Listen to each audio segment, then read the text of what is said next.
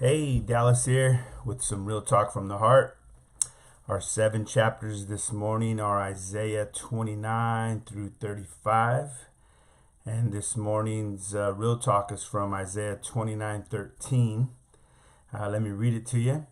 It says, "Therefore Yahweh said," right? The Lord said, "Inasmuch as these people draw near with their mouths and honor me with their lips, but have removed their hearts far from me, and their fear toward me is taught by the commandments of men." This morning I want to ask you the question, who moved? Who moved? Reminded me of an illustration of an elderly couple that were sitting at the red light, waiting for the light to change. And up pulls next to this elderly couple, a young couple in love, right? And they're in an old car. Remember the old cars had the bench seats, and the old couple looks over and sees this lovey-dovey couple all in love, and the elderly gal, she looks over at her husband and says, "Remember when we used to be like that?" And the old fella looks at his wife and says, "I haven't moved." You know, there are times when our hearts grow distant from the Lord, and instead of drawing near to Him, sadly, we go on with the charade, and we go on with the robotic responses that we've been programmed to give in our Christian walk.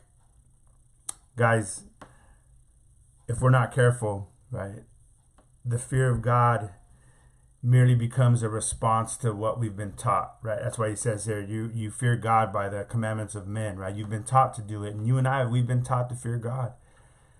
But when our heart becomes distant from Him, right, it becomes this mechanical, robotic response to God.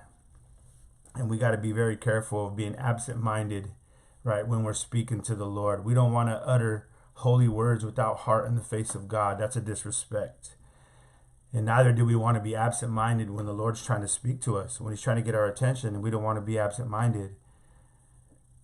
Our hearts should always be engaged, man, when we are drawing near to the Lord, and we should never, approach Him mindlessly and just speaking without really giving, a lot of heart to what we're saying. That's what was going on here, man. The people of God, they were just giving God lip service, man. They were drawing near with their mouths. They were honoring God with their lips. But as the word says here, their hearts, it says they removed their hearts, right, far from God. And so the question, who moved, right? Who moved? This morning, beloved, if you are feeling distant from the Lord, and there are times when we feel distant from the Lord, isn't there? There's times when we feel like, man, I'm not as close to God as I want to be. We're sensing, right, a separation and a distance. Now, we know there's not a separation because God said, "I'll never leave you nor forsake you." We know that theology. We know that biblical truth for sure. But from our end of things, right, from our side of things, there are times when we do feel distant from the Lord. And the question is, who moved? Obviously, right, it's not Him. There are times when our hearts, they just grow cold, man. They cool off, man. They grow distant. But what do we do about it, man? How do we regain that first love again? How do we draw close to God again? Well, listen, we unplug, right? We unplug from those things that distract us. We unplug from those things that distance us from God. And listen, we set our hearts to diligently seek Him, because the word says, right, if we diligently seek Him, man, we'll find Him. He says in Jeremiah 29, man, that if we seek for Him with all our heart, He will be found of us. And so listen, this morning, if you find yourself, man, a heart drifting, right, a heart that's distant from God, and you feel like, man, all I'm giving God now is just lip service, man, set your heart to diligently seek Him. Unplug from those things that distract and distance you from Him. And then remember this, man, keep this in mind, that Judas gave the Lord lip service before he betrayed Him. And beloved, we don't want to betray God.